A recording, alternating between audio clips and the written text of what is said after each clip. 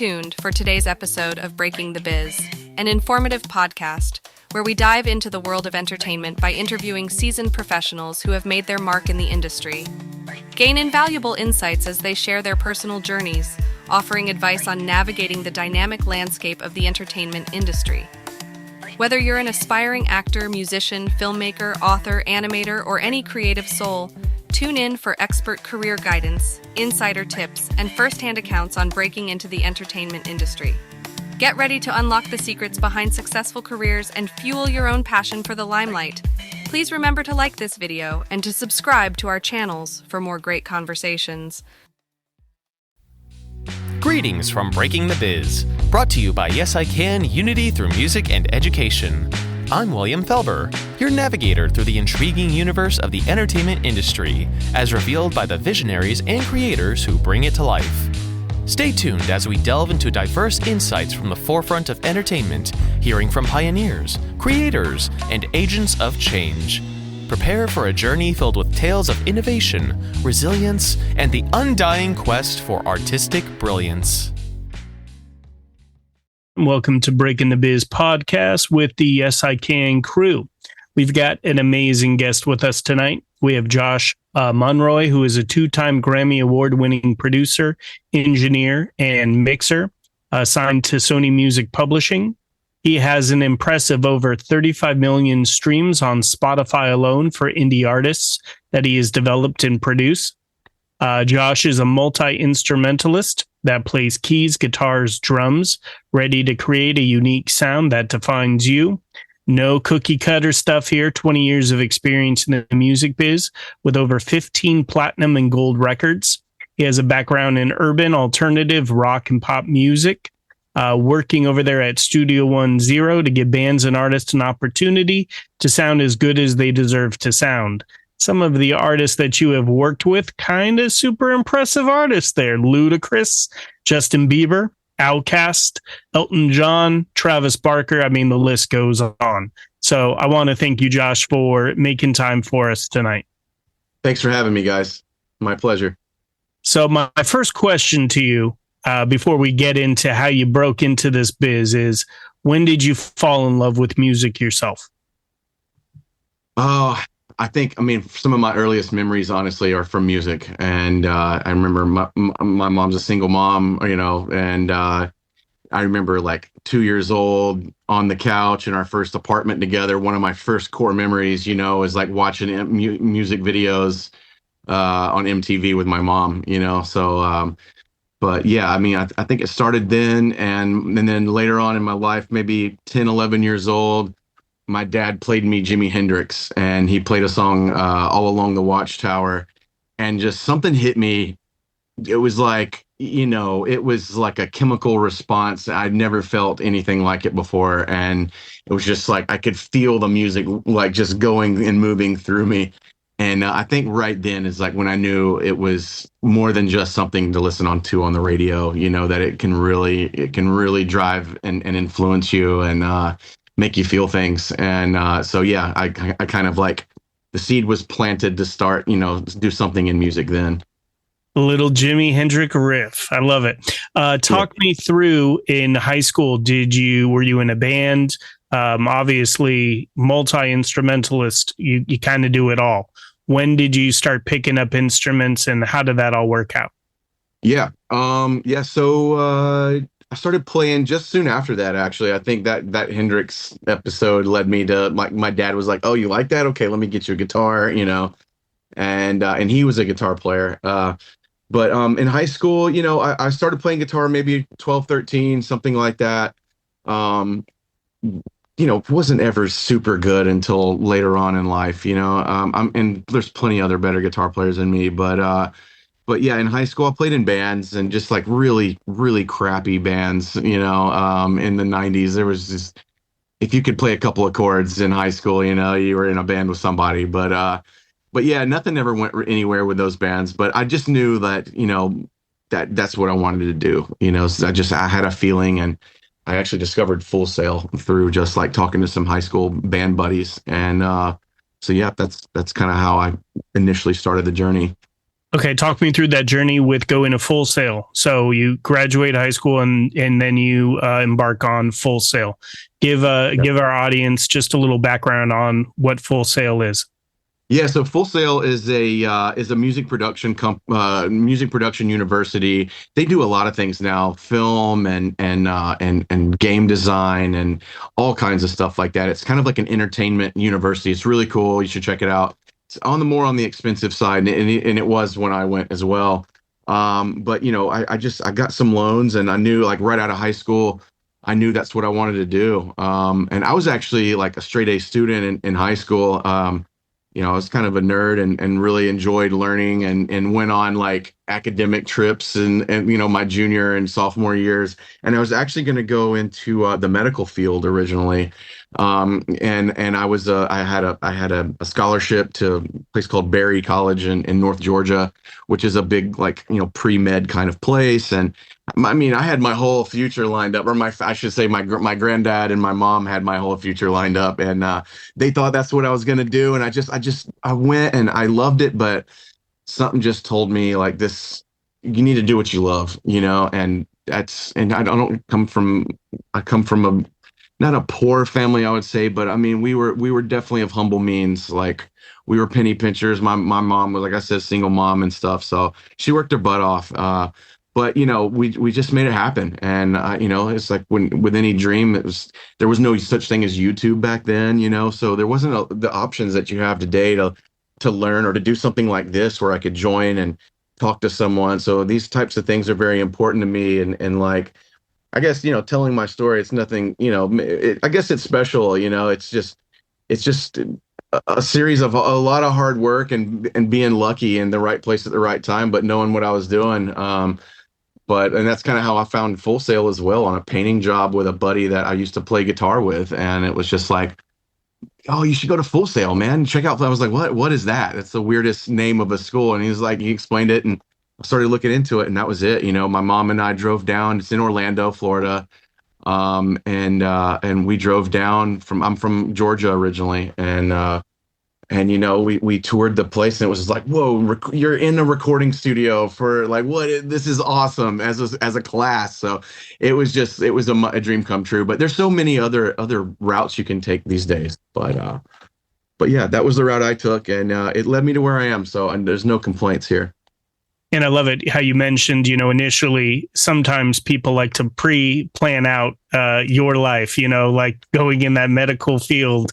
And when indeed you said, I'm going to go this route and I'm going to pursue music production, what were your parents' and your mom's initial thought there?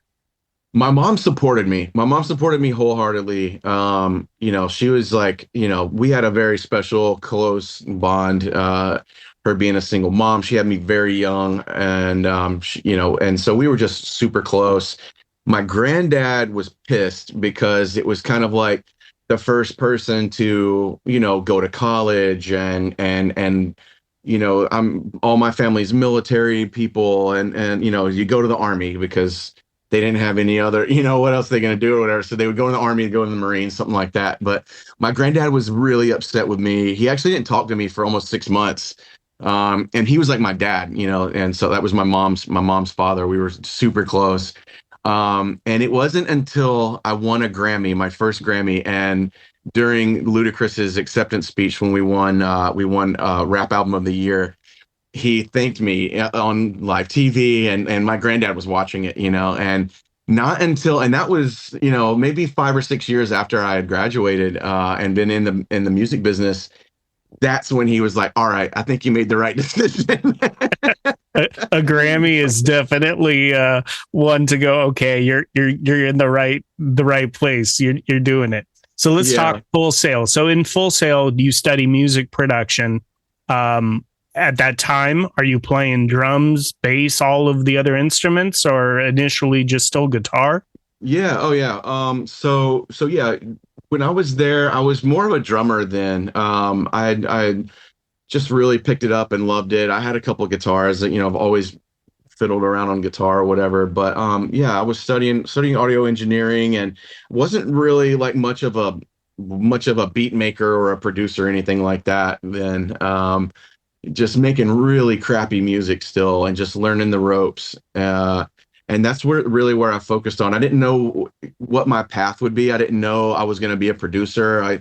I thought I was maybe going to work in film scoring, or like something like that was really intriguing to me while I was in school. So I just always kept an open mind, and I loved learning. That was the nerd side of me. And I just loved learning. And music is such a cool, not only the theory of everything, but like music production and audio recording is just, it's magical. It really is. Like when you think about analog recording and how some of those things work and whatnot. So I was just making really, keeping an open mind, kind of seeing where I was going to go. But yeah, playing drums mostly. I lived in an apartment, so my drums kit honestly had to like go on, I just had pads, and it wasn't I wasn't playing with anyone or playing out or anything, just kind of like learning DAWs and learning Pro Tools and that sort of thing. Okay.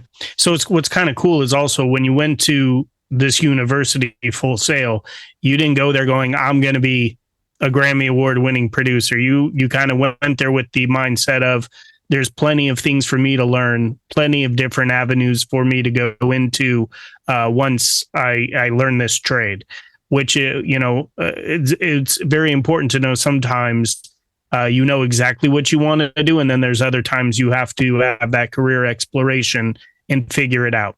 So when you're in there, you're learning. Did you do Ableton, Pro Tools? Is that all of it? So, man, Ableton wasn't even like a thought.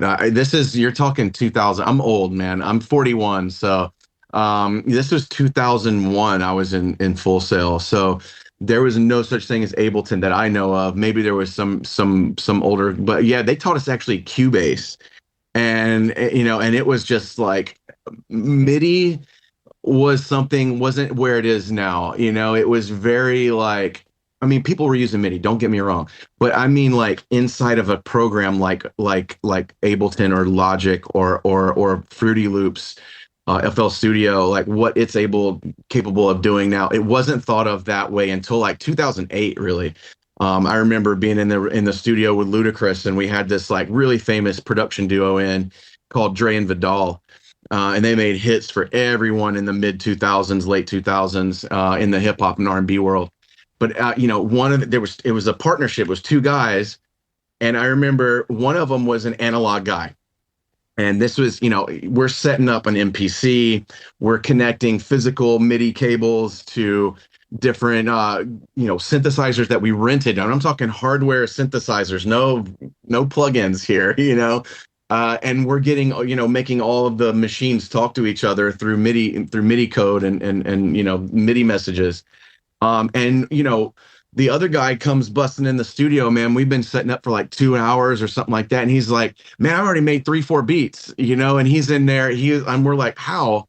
And he's like, I just got something called Logic. And this is like the first time I'd ever heard of it, maybe like 2007, 2008. And I had heard of Logic, but it was something so obscure. Like you couldn't do what this guy was doing. And it just, computers and technology had caught up and reached a point where this guy was just running circles around us. And I think from that moment on, it was like, whoa, you can have a laptop and produce hit tracks on your laptop and open it up the session, and the mix is exactly where it was, a year ago or 60 minutes ago or what.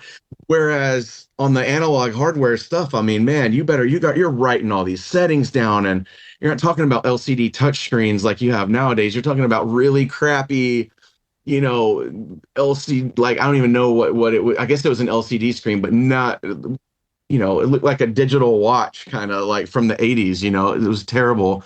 And the menus sucked, and so there was a lot of manual writing of things down. It was just that was a game-changing moment for sure. I don't know if I answered your question, but I kind of I love it. I want to talk about, you graduate from Full Sail. Is Full Sail one of those places where they gave you a lead? How did you take the jump and the leap from Full Sail into your first gig? Yeah, well, I'll tell everyone watching this, man. All those schools say they're going to help you get a job, and we have 90%. Not knocking any school system or anything like that, but just beware. Everyone's going to tell you whatever they want you to hear to get you in there, and so yes, Full Sail claimed that they were going to help me with all these things, but it was very, very touch and go. I did have a person that like was part of like forget what they called it, but it was like the intern application process, and that's your first foot in the door. And when I graduated, I moved back. I'm luckily from a town or from a place like Atlanta, Georgia, that has a thriving music scene in many genres. Like in the 90s, there was Brendan O'Brien here making all the grunge rock and Stone Temple Pilots and Rage Against the Machine, and all that was going on right here. And then, at the same time, you got Outkast and so many other amazing hip hop artists from Atlanta, and that's changed music. Trap music's, I would say, arguably born in Atlanta, Georgia. But yeah, I mean, so I came back here and I lived with my brother. I scraped by. I just, he let me sleep on his couch, and I would just apply to every studio, and I just knew there was no not doing this in my mind. To me, and I think that's part of it. Mindset is such a huge thing when you're doing something creative, when you're following a dream or following a passion.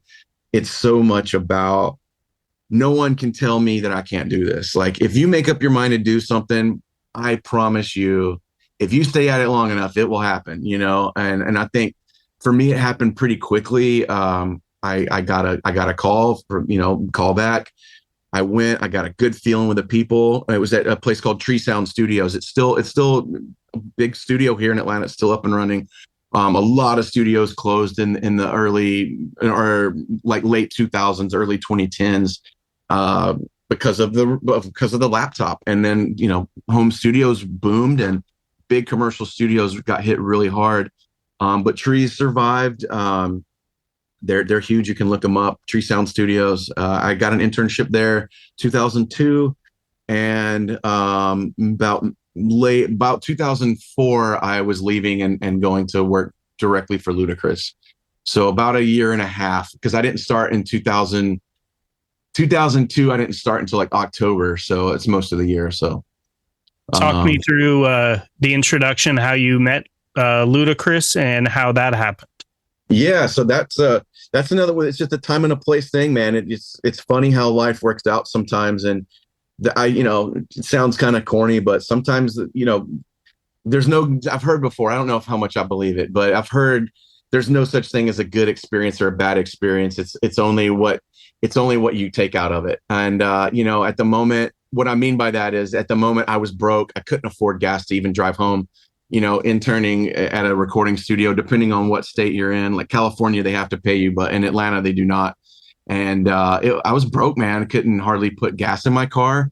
And I was choosing to sleep at the studio, and the studio owner would just like let me crash there, and I would watch over the place. I'd answer phones, like anything. And it's what a better place. What am I going to do? Go home and, pass out to cartoons or, like see my girlfriend, whatever, but it was like, I wanted to be in that studio, and that's what I did. I slept there most nights, honestly, and I'd go home every couple of days. Well, one of these times the phone rings, I pick it up. It's Ludacris on the other end. There's no one else to do the session. They trusted me at this point. I was there and I got put on the session, and so it's just one of those, like, you're feeling so bad for yourself. Like, I can't afford gas and I can't afford this, but it was all for a reason. It was there to put me in that very narrow window of opportunity. And boy, when it hit, it changed my life. And so, he ended up, we developed a very good rapport and a great relationship together. We're still friends to this day. And, he took me under his wing. He hired me out, and the rest is history. We won Grammys together, and I recorded almost every hit song he did from. I mean, that was our era. I was in the Ludacris, like, he was on every featured song on the radio. You couldn't turn on the radio between 2003 and 2010 and not hear Ludacris. It's fantastic. I get those, the goosebumps, because it is a hard road to sleep in the studio, to put yourself in a situation. You're not the first individual who told us. We had someone who was cleaning the studios, just trying to make any ends meet. And the producers who were hired went to go eat. And I think it was like Ziggy Marley or someone was inspired at the moment and was like, who can run this? And he did that. And that was his, first Grammy, and, got a credit. So, it is the right place, the right time, but there's something more to it. I think it's the dedication. And like you mentioned, not having a plan B or a C. Sometimes if it's plan A, you go plan A, and you don't give up until you get that plan A. So you do that session, and you kill it. You create that, that relationship. You work with him.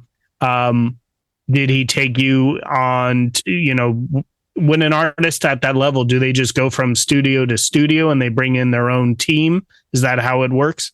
Well, that's kind of how he poached me in a way. We met at Tree Sound. I was at Tree, and we worked there for a while, and then we got to be pretty close. We were working on the Chicken and Beer album, which is probably 2003, and at the same time, I was working on the Speaker Box Love Below album, which is like I was recording. I was an assistant engineer, but I was working with Andre 3000 from Outkast and working on Hey Ya, which was one of the biggest songs I think of all time. Arguably, so I was kind of getting my foot in with that, and then now I'm recording Ludacris.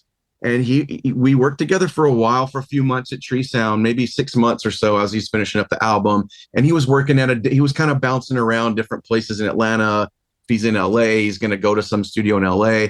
But he was kind of just always with a different engineer, and he wanted to just kind of have his sound, and he wanted to have his person that was in charge of all of his files, because his career was really blowing up, and he was about to become the feature guy. It was like him and Lil Wayne and T-Pain.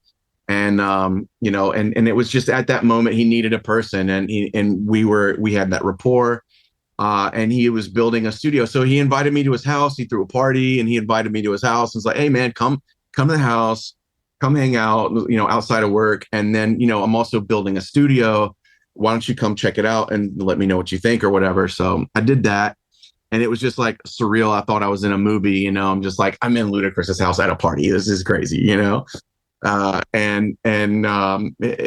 gave him some feedback on the studio and whatnot, and he hired me, but it was kind of like he was trying out, like he had like 2 or 3 other guys, so he'd hire me 1 week and then the next. So it wasn't like super steady at first. I still had to have a couple other gigs, but I was doing it. I was a freelance recording engineer, and sometimes I'd go and I'd even run live sound. That was a great way to make cash money at the end of the night. I'd do a front of house gig at a bar, and I'd get a free beer tab, and I'd get a free food, and I'd get, that kind of thing. So it was like food and money and like what else, and then I'd go work for Chris the next week. But he was trying out a couple of different guys, and luckily, like I don't know if it was my personality or like I think it was a little bit of both with that and my technical abilities. I really knew microphones and compressors, and we just got a great sound, and we worked really well, and it was undeniable, I think. So he was like, all right, man, that's it. I want you to come down. And he actually, this is crazy, but he actually bought me a house across the street from him after the studio was finished, and it was his house, but he let me stay there, rent free and stuff. And it was just so I could, I would go pick him up from the airport some days. Like I would literally pick him up at the airport, drive him, and we were right by the airport at the time. That's where he was living. And we'd go straight to the studio from the airport, start working.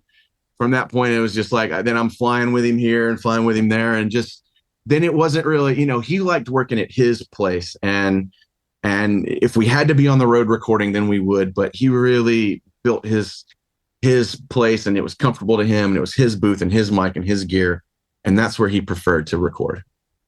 I love it. And you mentioned something that's interesting, because we talk about technology. He ended up being that feature guy, where the guest appearance on the Usher and all of these different tracks. At that time, did an artist have to go into the studio and lay down their part, or could you transfer files?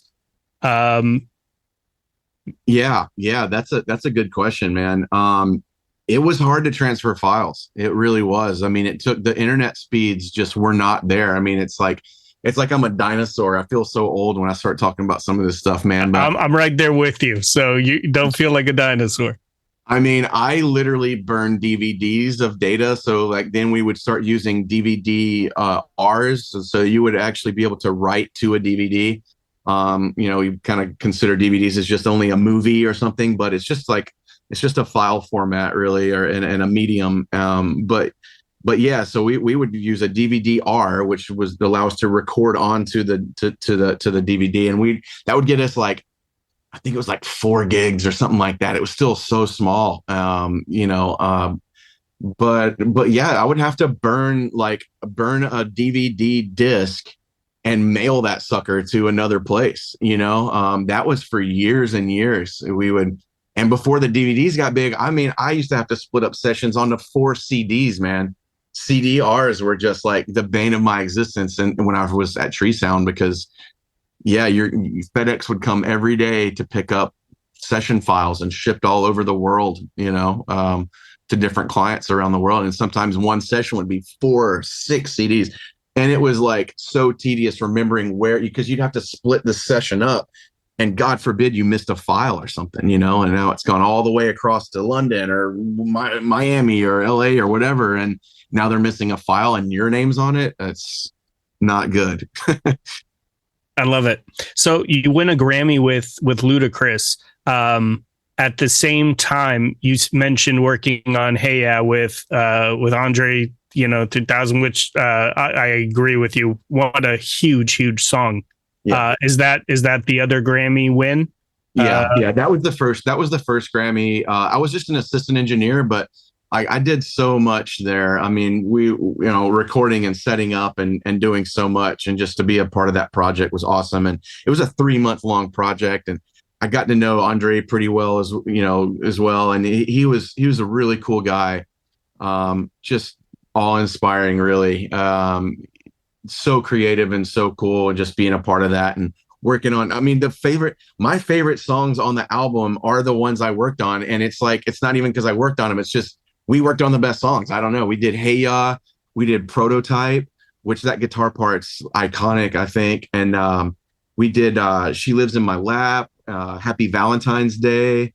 If there's anybody out there familiar with that album, if not, go listen to The Love Below by Outkast. But yeah, it was really cool. Prototype, such a vibey song, one of my favorites. But just, Andre refused. Actually, Andre played that guitar. If you want to go and listen to it, he played that in one take, but he had just learned to play guitar. So we literally spent 9 hours that day with him on loop, playing that guitar until he could play it from start to finish. And it was a tedious day, to say the least. We were kind of getting a little annoyed, but it's a cool story to have now, where it's like he actually played that from start to finish, which is not how we usually record. It's very compartmentalized for each section in the studio. So would you say, artists obviously like Ludacris and we'll get into Justin Bieber and all these other artists, what is it about them that makes them superstars? Is it the work ethic? Yeah, I would say that's it. I mean, that's a big one. Work ethic. No one that's in that celebrity arena is gotten there because they're lazy. It's especially the mega stars. There's people that come and go, but like the mega stars will outwork everyone in the room. They're up before everybody else. They're the last ones to leave. They're leaders, and that, I think that's what it's about. You got to know how to lead people, and no one, if you're going to be running that, if you're someone like Ludacris, who is going to outwork him on his team? It's like he has to be the one inspiring his team to work harder so they make him more money and work for him when he's not working. And I think that's what it's about. And I've really tried to embody that and learn from his, he's a great businessman. He's had a lot of ventures. Some have failed. Some have just kind of fizzled. Some have been huge. He's got he's 4 seasons deep on a Netflix show called Karma's World that I was a part of starting as well. And it's the first iteration was a website that was meant to be like a hip hop version of like Schoolhouse Rock, basically. And so it's just really cool to see the changes and the evolution of that idea. And it's a great businessman. I've learned a lot from the dude. But yeah, I'm sorry, I lost my. No, I love it. Talk me through how important networking has been to your success. Yeah, I mean that's that age old saying. It's who you know, right? So, and it definitely is. With the right person making an intro for you can mean all the difference, and it's still important to me, just as important to me today. In networking. I have bands now, like what I do is I do artist development. So I like to see a project from start to finish. And I mean, from the branding, the marketing, the songwriting, the production. I oversee the whole career of an artist. I don't really like to call it management, but we do like label services. My wife is a digital marketer, and she helps create campaigns for the marketing campaigns and create marketing assets for artists. But we, I think that's where my love lies. And am I answering your question right now? Actually? Yeah. You're flowing. I love it. All right, cool. But yeah, so that's kind of that's what we do nowadays. That what was the initial question? Was networking, but yeah. Like you mentioned, you obviously working with artists, you get a name, and then now obviously you put that passion into creating an artist. And we talk about how important managers are, producers are. So many people think, oh, well, I got Pro Tools or I got this and I could do it at home. Obviously, having somebody like yourself takes a song to the next level. Same thing with when you have experience like you have, exactly what you need for branding and how to keep an artist relevant and deals. There are a lot of shady people in that industry. And if you don't have the right people behind you, it takes a village, it takes a team. And I love that you mentioned you got your wife in the mix too, making sure. And let me ask you, is it due to like, not a control thing, but is it just because you are so well versed in all of the different aspects of what it takes to make an artist successful that, that's what is, driving you right now? Yeah, I mean, I think it was a natural evolution of my talents, and I kept running into roadblocks where, being signed to Sony, I'd moved to LA, I had done all these songs. It's what I call the ringer, the writing ringer. I don't know, it's my own it's a sucky name, but it's just when you go to LA and as a songwriter producer and you're signed to a major publisher, they put you in this loop of just like you're writing songs 5 days a week.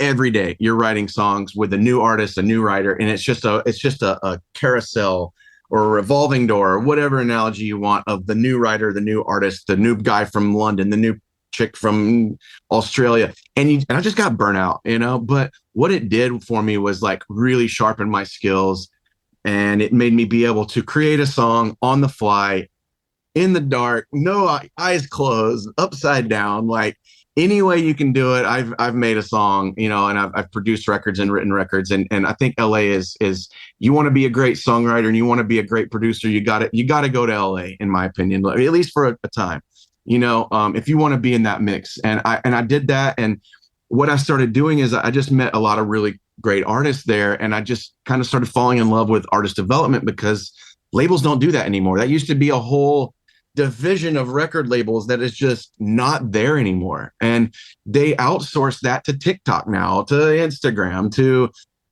what it used to be YouTube, or it's gone through many iterations, but now it's TikTok or whatever, and they outsource it to people like me that produce and develop an awesome song, blow up an artist, and then they just come in and put their money behind it. But how it started was the fact that I would meet these really great artists. This is maybe, I don't know, 2013, let's say.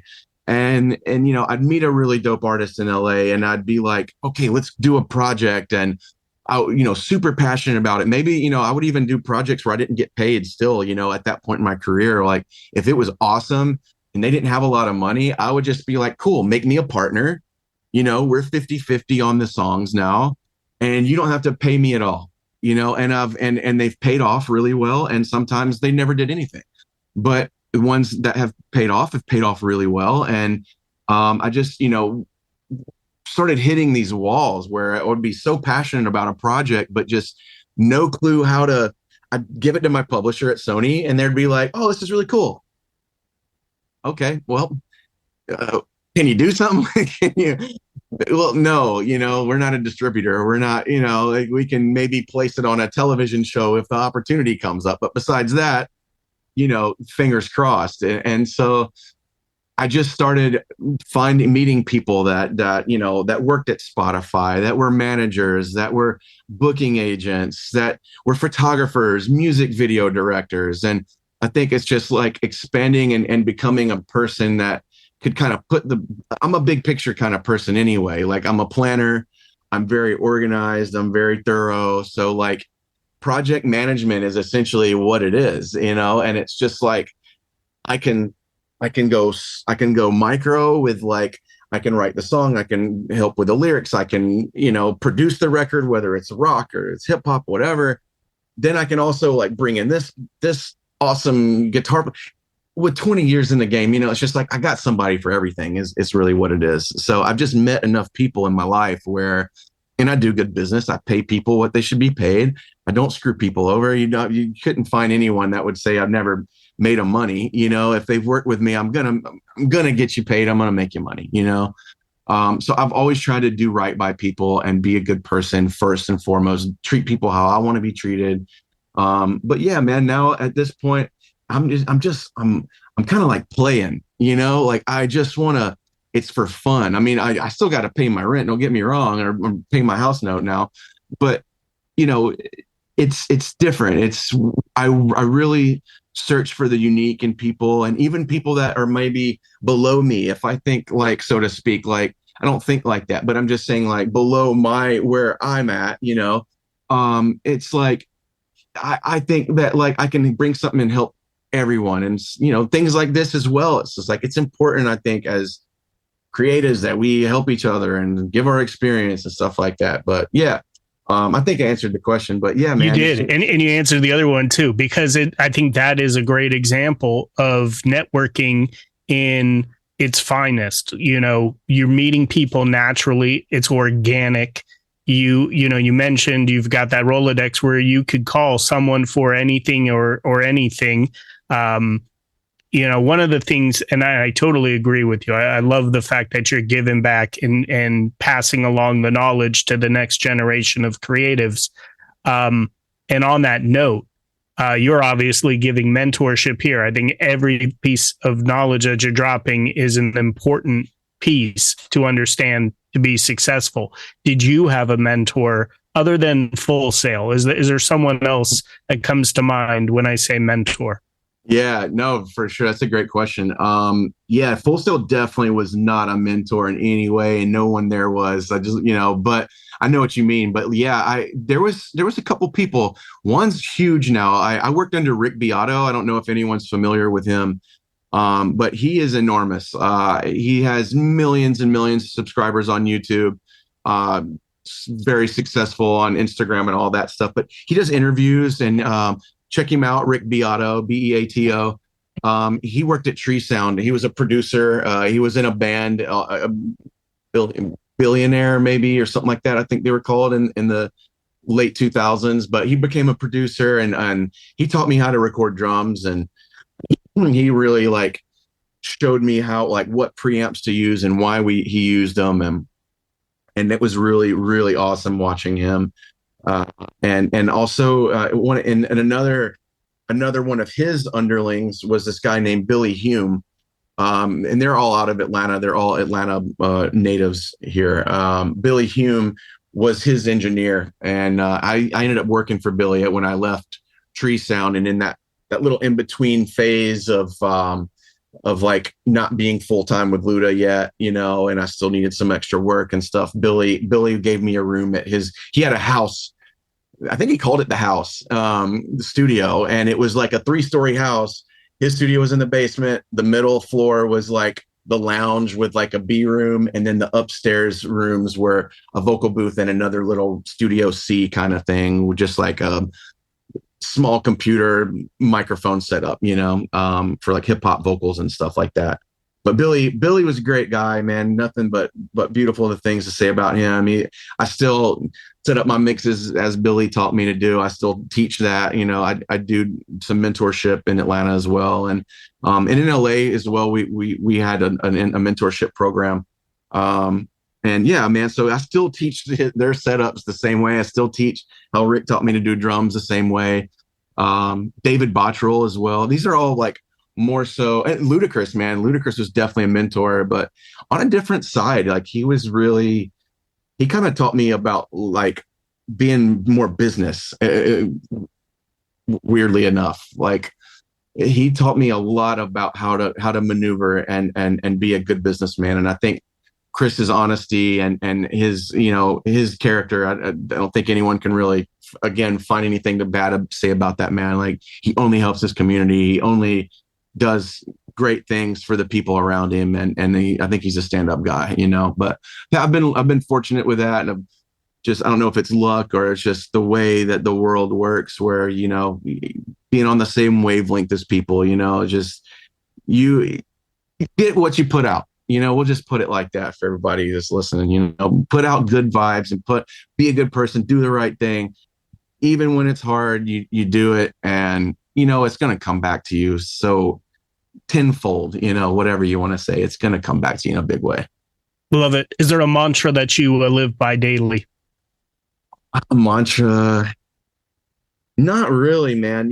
I think it changes. I think we go through seasons of life. Right now I'm entering the old man phase of my life, where I'm like, I've got a wife. I'm married 3 years ago. So I waited a while to get married, but the house, I'm being a homeowner, stuff like that. So it's hard juggling everything now. And I think that's where I'm at in my life. So I think organization is kind of where I'm at, where it's like, how do I split my time, fulfill my creative and financial work, load, my role as a husband, my role as a homeowner, and like the things I want to do with my house. And I like being outside, man. I cut my own grass.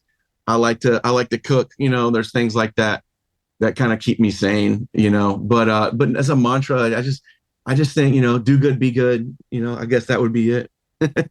Love it. Overall, is there any artist that you've been starstruck working with, or in just total awe? Yeah, man. A couple times actually. Elton John was one, big time. I worked with Whitney Houston. I was just like kind of a passerby, like an assistant engineer. I wasn't really super involved with her, but one of probably my biggest one ever, and the only time I was really like, holy crap, was I was a huge, and still am, huge Smashing Pumpkins fan. And I got to work with Billy Corgan and Jimmy Chamberlain, who are the lead singer and the drummer of Smashing Pumpkins, on a project called Zwan from the early 2000s. It didn't last long. Smashing Pumpkins was broken up at the time, if anyone knows who they are, but they were broken up at the time. And, they started this side project with a few of the members called Zwan, and it was more of an acoustic thing. Super cool. I did a live recording with them and was just like, I felt like Billy Corgan was like a giant. I just remember like in my head, and he's like maybe 6'2", he's pretty tall, but, I just remember I felt like a child, I felt like a little kid looking up to just a giant person and just like, okay, whatever you say, sir, that's how I felt. And it really kind of brought me full circle back to my childhood. I love it. I love it. What is the biggest piece of advice you would give to your younger self with all that you have learned and experienced in this industry? Man, save your money.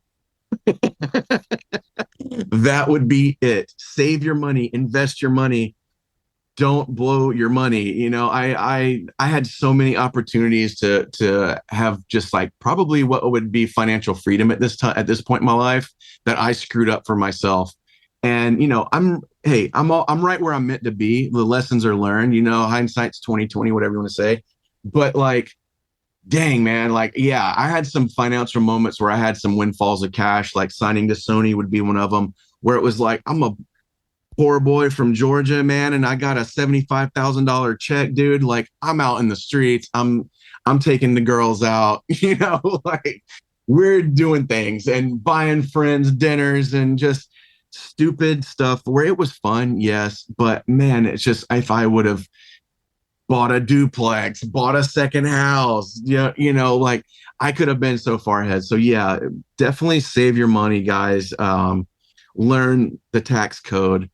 And it's really boring stuff, but it's stuff that it's going to save you so much money. And like, you might not look as cool going out and buying drinks for everybody, but I'll tell you what, man, you're going to be glad when you're in your 30s and you can almost retire, and that's the thing. That's the difference. And now I'm in my 40s and far away from that. So it's like, hey, if I could have learned those lessons in my 20s and made a couple of different moves, financially, and I'm not hurting by any means, but man, it would be a world of difference. I'll tell you that. One of the things that you mentioned is quite interesting. And, when we think of artists, we don't realize how many hands are behind the scenes with writing the music. You look up to some of these artists, but you don't realize that there's a team of people writing a lot of those songs with them. And one of them that comes to mind is like the Black Eyed Peas, Where's the Love? And you see a Grammy and you see like 15 people contributing to the writing. Has that been your experience too? There are a lot of people in the writing, or when someone comes to you from Sony Publishing, are you like the main sole writer, or is there a lot of collaboration, I guess is what my question is. Yeah, I think songs go through a lot of phases, especially with these big publishers and big major labels. You might get this person started it, this producer touched it, they sent it to XYZ writer, they wrote something cool, but the label only likes the chorus.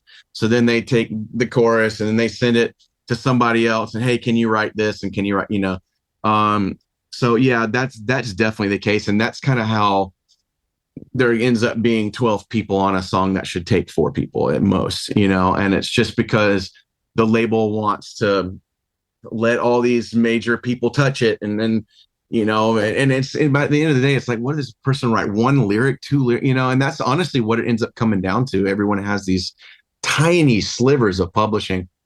And it's not really very fair to the writers either. So I don't know. I think some change is coming with all that. And another thing I've seen is like with producers, like nowadays in hip hop, I mean, there'll be 4 or 5 producers in the room in their own little camp, and, they'll get together and somebody's got a loop, somebody adds an 808, somebody adds something else, and then they just kind of, they all just use their, and this is the network. This is come back to networking again. Are you stronger by yourself with holding 100% of nothing that no one's paying for?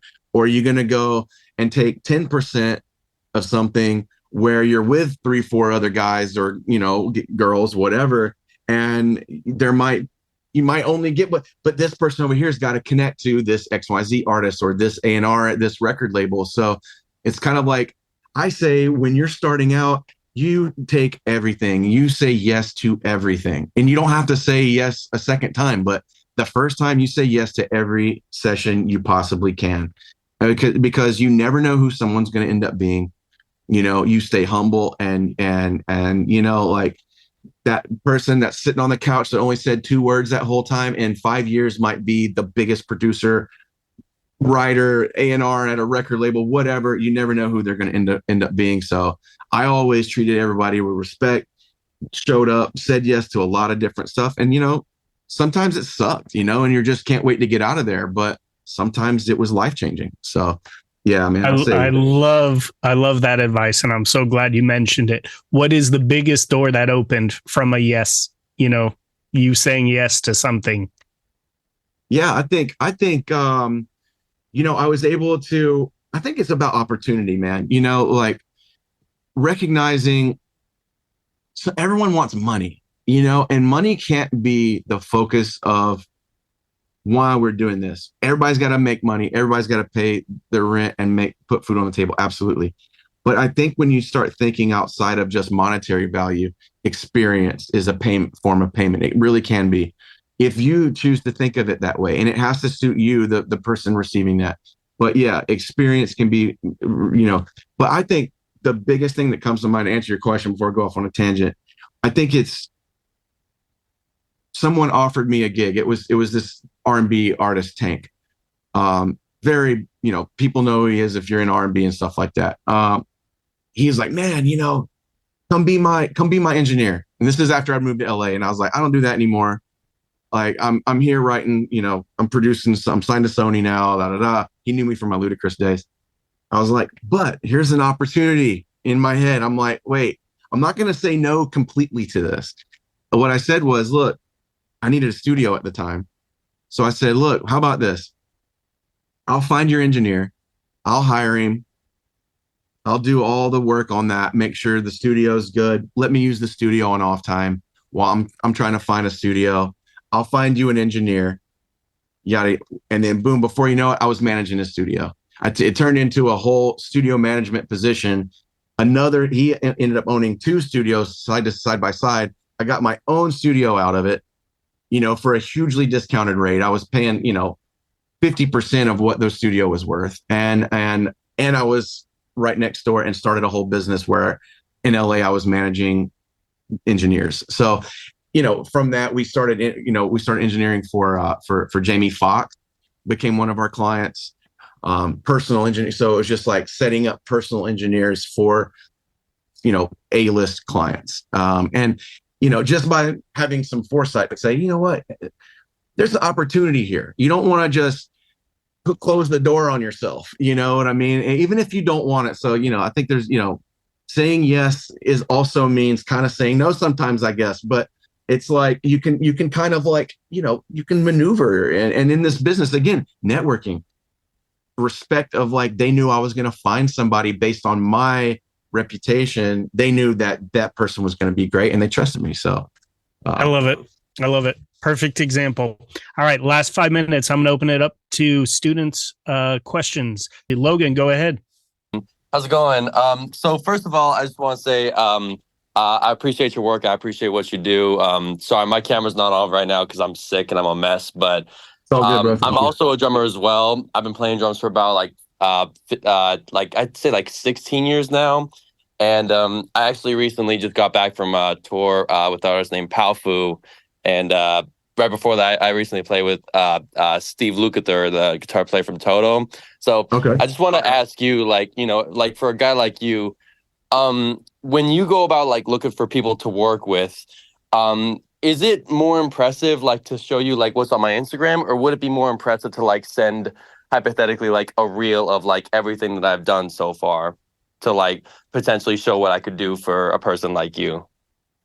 I think you need to have that for sure. I think like something like an EPK, there's a couple of really cool companies out there now that can create really nice press kits.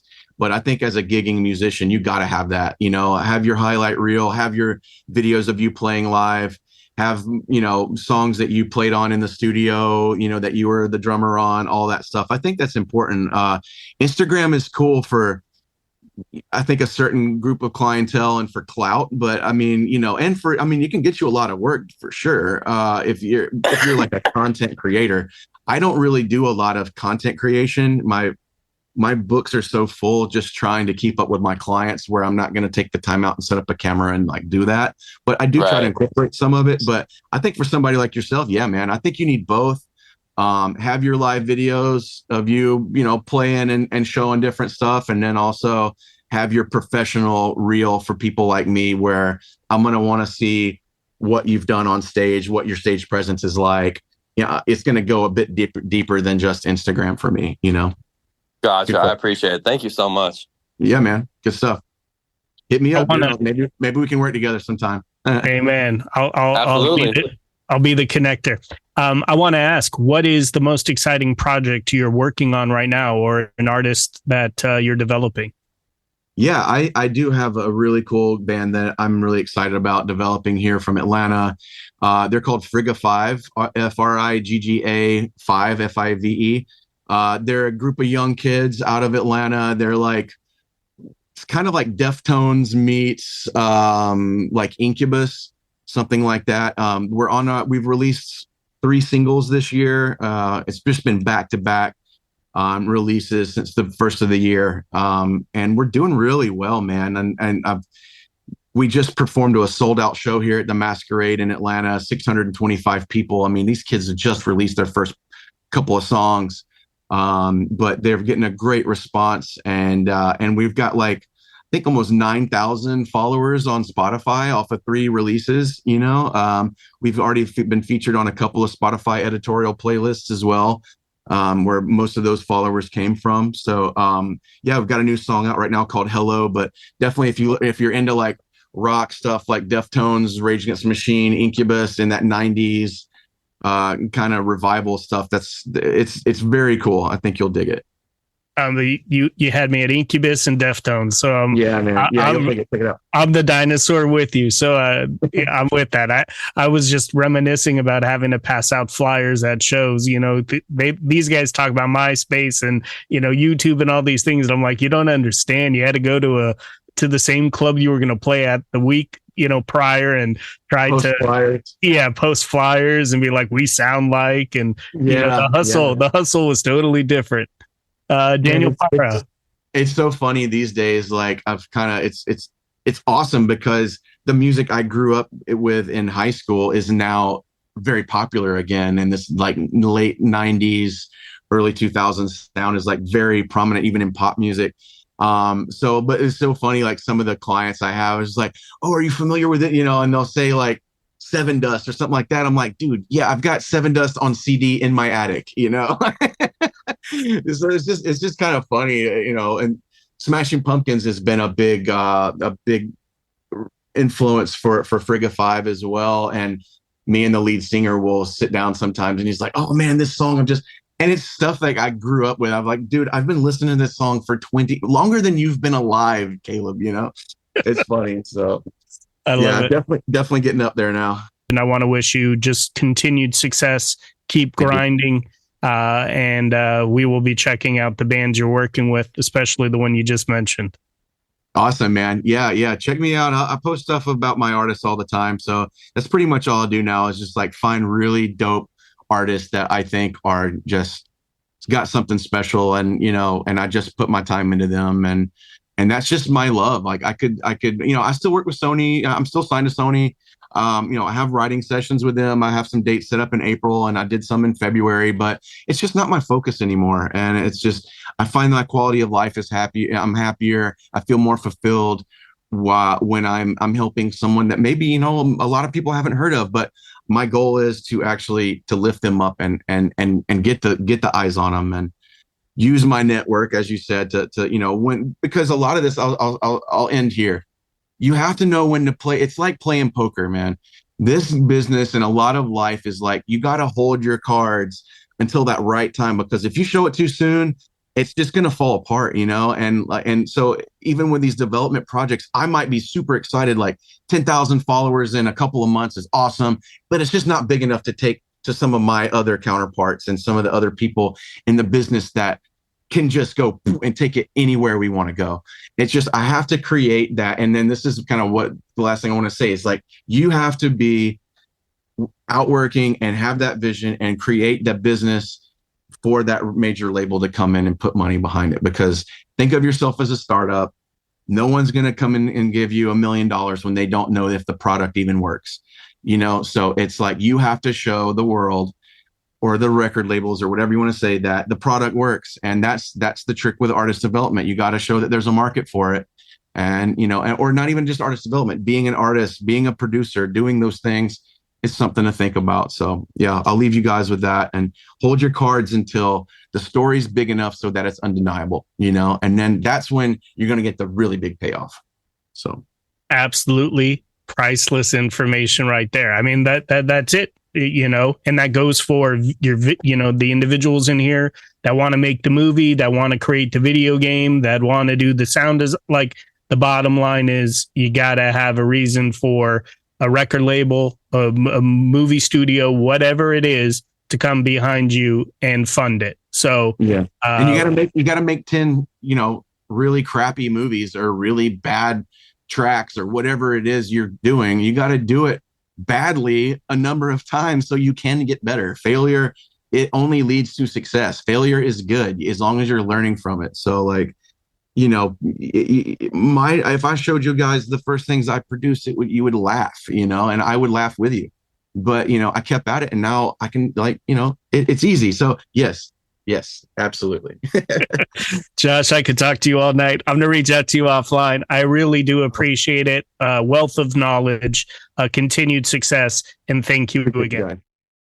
As we conclude another enriching episode, we hope you found inspiration in the stories shared today. Let's take a moment to honor Yes I Can's role in bringing Breaking the Biz to life. Yes I Can's commitment to empowering young people with disabilities through education, advocacy, and mentorship shines brightly, paving paths of opportunity and dialogue. This podcast celebrates the organization's dedication to nurturing talent and facilitating impactful discussions. Breaking the Biz is more than a podcast. It's a part of Yes I Can's broader mission to amplify voices, dismantle barriers, and craft a world that's more inclusive and accessible for everyone. Each episode is a chapter in our shared narrative of progress, education, and empowerment, driven by the spirit of Yes I Can. Thank you for spending your time with us on Breaking the Biz. Continue to challenge the status quo and share stories that resonate. Until our paths cross again, let's keep transforming aspirations into achievements and infuse every endeavor with optimism. Here's to advancing the landscape of the entertainment industry, one episode at a time. I'm your host, William Felber. See you next time.